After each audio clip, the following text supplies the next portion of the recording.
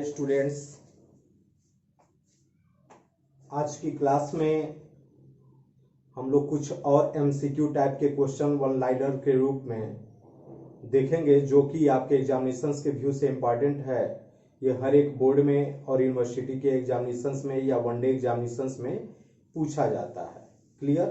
तो आगे आते हैं। ये 10 क्वेश्चन का सेटअप है और ये आपका पार्ट नंबर, आप इसको 3 मान लीजिए, ये आपका थर्ड है एमसीक्यू का। 10-10 का क्वेश्चन दिया गया है। एक और आपका पार्ट दिया जाएगा जिसमें कुछ ही क्वेश्चन होंगे, इससे कम क्वेश्चन होंगे। क्लियर? आगे देखते हैं। इसमें इंपॉर्टेंट फैक्ट क्या है, एमसीक्यू टाइप के क्वेश्चन है। इसमें जो आपका सटीक आंसर है उसको हमने प्रेजेंट किया है। क्लियर? और उसी पर हमको फोकस करना है। पार्ट थर्ड इंडियन इकोनॉमिक्स, भारतीय अर्थशास्त्र का हम लोग देख रहे हैं। आपके एमसीक्यू टाइप के क्वेश्चन पार्ट थर्ड आप इसको मान सकते हैं। इंपॉर्टेंट फैक्ट क्या है, फर्स्ट लिखा है which sector made the maximum contribution in the national income of India during the period 1950, मतलब 1950 से 1991 तक।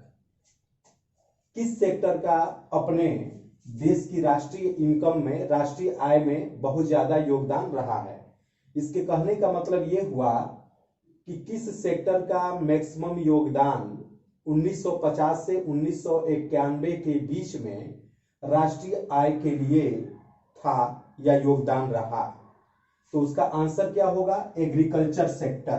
कृषि जो क्षेत्र होता है, कृषि क्षेत्र में हम लोग अपने एग्रीकल्चर, खेती बाड़ी करते हैं, प्रोडक्शन करते हैं, क्रॉप्स को ग्रेन करते हैं। आप उसको क्या करते हैं, ग्रेन जो अनाज आपके आते हैं आप उसको सप्लाई करते हैं, सेल करने का काम करते हैं। इससे हमारी राष्ट्रीय आय जो है कि वो ग्रोथ करता था। तो 1950 से लेकर के 1991 तक इसका एग्रीकल्चर सेक्टर का बहुत ज्यादा योगदान था। क्लियर? आगे देखते हैं। The share of agricultural sector in India GDP has tended to decline. इसका आंसर क्या होगा, डिक्लाइन। आप देखेंगे कि शेयर ऑफ एग्रीकल्चरल सेक्टर मतलब एग्रीकल्चर सेक्टर पे जो भी हमारे वर्क किए जा रहे थे, काम किए जा रहे थे भारत में जीडीपी के लिए, तो वो डिक्लाइन था। Next, IPR 1956 led emphasis on the role of public sector. IPR 1956, आप अपने माइंड में एक चीज बैठा लीजिए कि आईपीआर 1956 जो है कि वो उसका रोल पब्लिक सेक्टर में यूज होता है, पब्लिक सेक्टर में यूज किया गया था। क्लियर? आगे देखते हैं।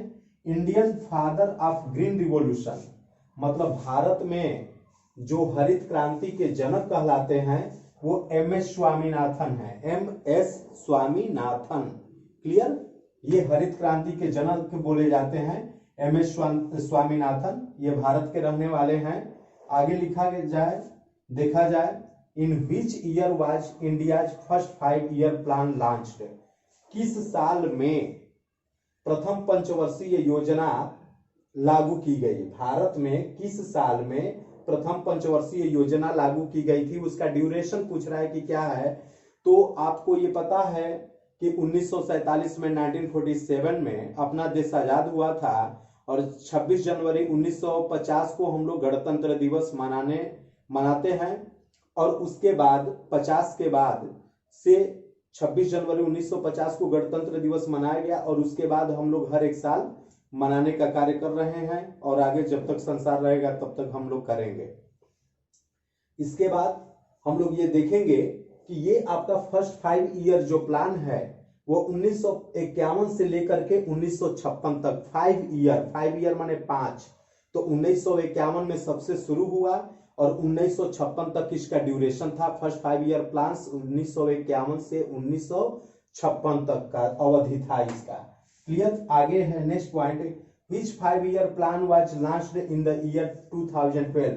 जो 2012 में जो प्लान लॉन्च किया गया था वो कौन सी प्लान थी? 12th माने 12वीं, वो 12वीं प्लान थी। देखेंगे 2012 में जो 5 ईयर प्लान लॉन्च की गई थी वो कौन सी थी?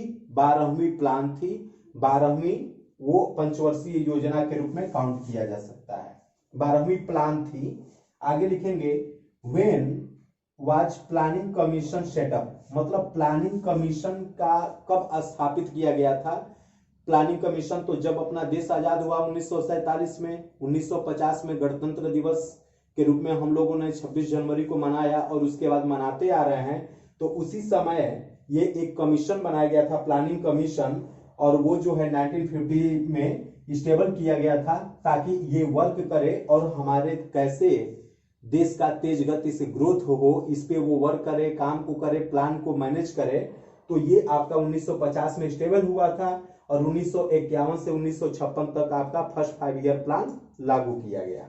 आगे देखते हैं when was NITI Aayog formed. जो नीति आयोग, आप जानते हैं कि प्रधानमंत्री श्री नरेंद्र दामोदर दास मोदी, मतलब नरेंद्र मोदी के द्वारा नीति आयोग पर बहुत ज्यादा डिटेल से चर्चा की गई और ये नीति आयोग जो है कि लागू किया गया सन 2015 में। क्लियर। तो when was NITI Aayog formed in, तो इसका आंसर क्या होगा 2015। क्लियर। तो आपके 2014 में एट फर्स्ट वो पीएम बने थे और ये इस पे चर्चा कार्य वर्क करना शुरू हो गया था और इसके बाद इन्होंने नीति आयोग का गठन कर दिया और ये 2015 से नीति आयोग अपना वर्क कर रही है, काम कर रही है।